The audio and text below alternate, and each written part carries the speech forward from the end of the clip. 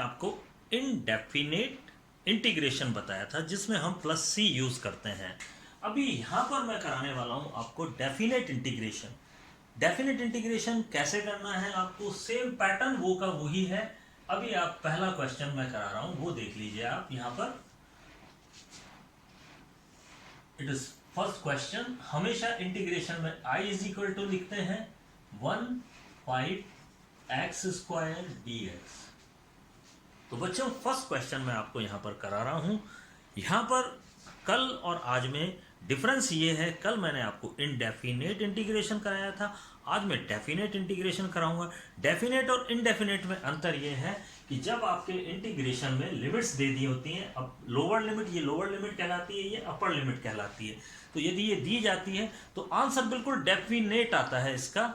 यहां पर हम सी कांस्टेंट का यूज नहीं करते हैं। तो देखिए कैसे करना है। तो ये फॉर्मूला है आपका xn+1/n+1, जो कल मैंने आपको बताया था। फॉर्मूला वो का वही यहीं अप्लाई करना है। तो it is x3/3 and limit use कर लीजिए।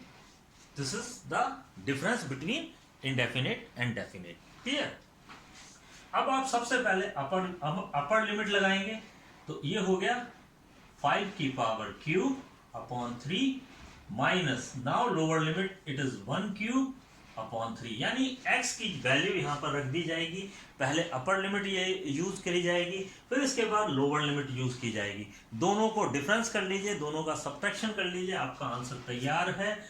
125 minus 1/3 is equal to 124/3 is your answer. तो ये आपका आंसर आ गया है पहले क्वेश्चन का। Now question second. अब ये क्वेश्चन सेकंड देखिए आप। ग्रेविटेशनल फोर्स है, दो बॉडीज के अंदर लगा हुआ है, पर यहां पर आपको देखना है कि यहां पर हमें करना क्या है। ठीक है, तो यहां पर जरा ध्यान से देखिए, ओनली यही यूज होगा, बाकी सारा कांस्टेंट है। आपका दोनों मास कांस्टेंट है, ये ग्रेविटेशनल कांस्टेंट है, तो इसे बाहर निकाल दीजिए, यानी ये लिमिट से इफेक्टेड नहीं है।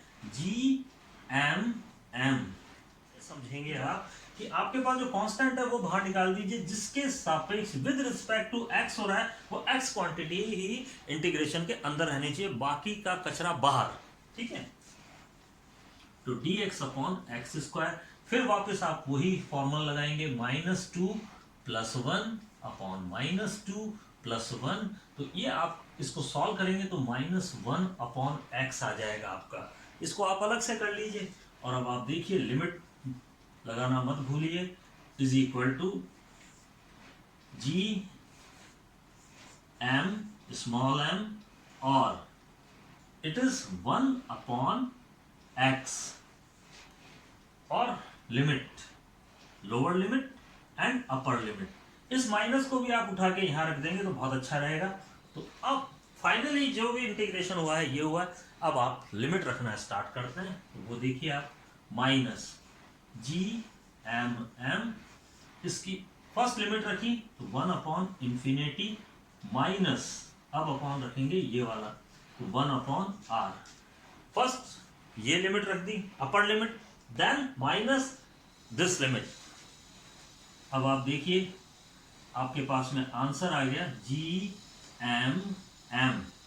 आप एक चीज हमेशा ध्यान रखिए, किसी भी नंबर को, कोई भी नंबर है, बड़े से बड़ा नंबर है, यदि आपने इन्फिनिटी का उसको डिवाइड कर दिया तो उसकी वैल्यू हमेशा 0 आएगी। याद रखिए ये बात, हमेशा ये याद रखिए, किसी भी नंबर को आप इन्फिनिटी से डिवाइड कर दीजिए, खत्म, 0 आंसर।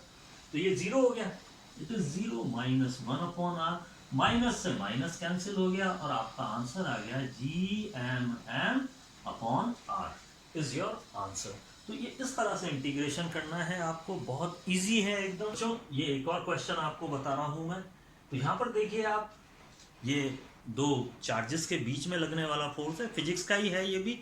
तो अब आप देखिए इसमें ये K, Q1, Q2 तो सारा बाहर आ जाएगा, ठीक है ना, ये सारा बाहर आ गया। इसके बाद क्यों, क्योंकि ये x के रिस्पेक्ट में इंटीग्रेशन हो रहा है, x के रिस्पेक्ट में इंटीग्रेशन है तो वेरिएबल x ही यहाँ पे रहेगा। अब आप इसका वापस सेम टू सेम यही चीज यहाँ पर अप्लाई कर दीजिए और आपका आंसर आ जाएगा। अपर लिमिट और लोअर लिमिट दोनों यूज कर लीजिए, आपका आंसर तैयार है। इसी तरह से क्वेश्चन 4 देख लीजिए अब आप। U V M V D V, तो यहां पर देखिए एम बाहर आ जाएगा, clear. It is momentum, formula of momentum, इसको बाहर निकाल लीजिए। एम अंदर आपके पास में रह गया वी, और डीवी के सापेक्ष इसका इंटीग्रेशन कर दीजिए। It is V square upon 2, और फिर फॉर्मूला यूज कर लीजिए, अपर लिमिट और लोअर लिमिट अप्लाई कर दीजिए। तो it is M V square by 2 minus M U square by 2 is your answer. Simple एकदम, ठीक है। अपर लिमिट डाल दी, लोअर लिमिट डाल दी, एम से मल्टीप्लाई कर दिया, ये फॉर्मूला आपका तैयार। हमेशा i इज इक्वल टू लिखें इसको, जब भी आप इंटीग्रेशन कर रहे हैं तो i इज इक्वल टू लिखिए, आपका आंसर रेडी है। बच्चों लॉगरिथमिक रूल्स आपको बता रहा हूं, इंपॉर्टेंट रूल्स हैं, यहां पर देखते जाइए आप। किसी भी बेस पर 1 की वैल्यू, log 1 की वैल्यू हमेशा 0 होती है। चाहे आप यहां पर tan लें बेस, चाहे आप e लें यहाँ पे बेस, वैल्यू हमेशा 1 की 0 होगी, ठीक है। नेक्स्ट आपका सेम बेस और वैल्यू हमेशा 1 होगी। log e always 1, log e always 1, log tan always 1। तो इस तरह की वैल्यू में हमेशा याद रखिए कि ये वैल्यू 1 होगी, ठीक है। log m इंटू n का फॉर्मूला देख लीजिए आप, log m into n, log m plus log m, this is the plus formula. ये डिफरेंस फॉर्मूला है log का। यदि log m अपॉन n हो आपके पास में तो log m minus log n, ठीक है। इसके बाद ये बहुत एक इंपॉर्टेंट फॉर्मूला है, 7th वाला, पहले बता देता हूं आपको कि log अपने सर पर पावर को नहीं बैठने देता है, वो इसको पीछे फेंकता है। तो n log x, यानी पावर नीचे उतर गई, n log x। यहां पर मोस्टली आप फिजिक्स कर रहे हैं तो आपका जो काम है log का वो tan, बेस tan पर चलता है या बेस e पर चलता है ना। अब आपको कन्वर्ट करना है log tan को, इन केस आपको e में कन्वर्ट करना है। तो यहां पर देखिए ये फॉर्मूला e सामने लिख दीजिए, log tan e।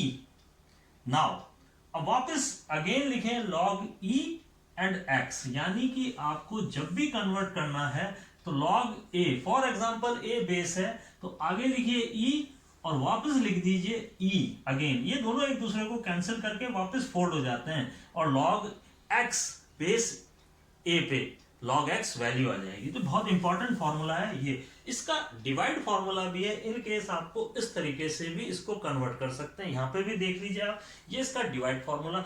मोस्टली आप ये यूज करिए, हमेशा यही यूज करेंगे। तो यहां पर देखिए log b बेस है a और b, आपको e बेस बनाना है तो log दोनों में आप e लिख दीजिए, और ये हो गया b, वैल्यू ऊपर बेस नीचे, क्लियर। तो log b base e, log a base e, this is the divide formula of log। तो बच्चों इस तरह से ये यूज किए जाते हैं लॉगरिथमिक फॉर्मूले, और आपके फिजिक्स में बहुत ज्यादा इंपॉर्टेंट रोल। एक क्वेश्चन मैं आपको log का करा रहा हूं, जरा ध्यान से देख लीजिए, इंपॉर्टेंट है ये बहुत ज्यादा यूज होता है इसलिए बता रहा हूं आपको। देखिए 1/x dx, 1/x dx का जो फॉर्मूला है वो log x है। Integration of 1/x is log x, clear. तो अब आप देखिए अपर लिमिट और लोअर लिमिट यूज कर लेते हैं अपन। तो log b minus log a, कभी भी आप ध्यान रखेंगे हमारा सारा काम log बेस e पर होता है, तो ये ध्यान रखेंगे, यहां लिखने की भी जरूरत नहीं है। इन केस आपको कन्वर्ट करना है तभी फॉर्मूले को यूज करके फिर आपको log में कन्वर्ट करेंगे बेस e पर। काम हमारा इंटीग्रेशन डिफरेंशिएशन बेस e पर ही चलता है। अब आप फॉर्मूला यूज कर लीजिए, log b upon a, m upon n वाला फॉर्मूला इस तरह से यूज हो जाएगा। बेस यहां पर e ही रहेगा, तो ये आपका आंसर आ जाएगा इस तरह से। अब इसमें एक विशेष चीज वापस समझाता देता हूं जाने से पहले कि x minus 1 plus 1 minus 1 plus 1 कभी भी यूज नहीं करें क्योंकि गलत हो जाएगा, यहाँ पर इन्फिनिटी पोजीशन बनेगी आपकी। अगेन आप देख लीजिए, ये फॉर्मूला है X N, integration of X N is X N plus 1 upon N plus 1, और यहाँ n is not equal to -1। ये कंडीशनल फॉर्मूला है, आप हमेशा याद रखिए। तो आज की क्लास यहीं पर मैं ख़त्म कर रहा हूँ। इन केस आपको कोई और भी प्रॉब्लम है तो आप ज़रूर कमेंट बॉक्स में आप ज़रूर मेरे को मेंशन करिए, तो मैं आपकी प्रॉब्लम सॉल्व करूँगा। और मेरे वीडियोस को आप लाइक करिए, शेयर कीजिए, सब्सक्राइब कीजिए और मेरे चैनल से जुड़े रहिए।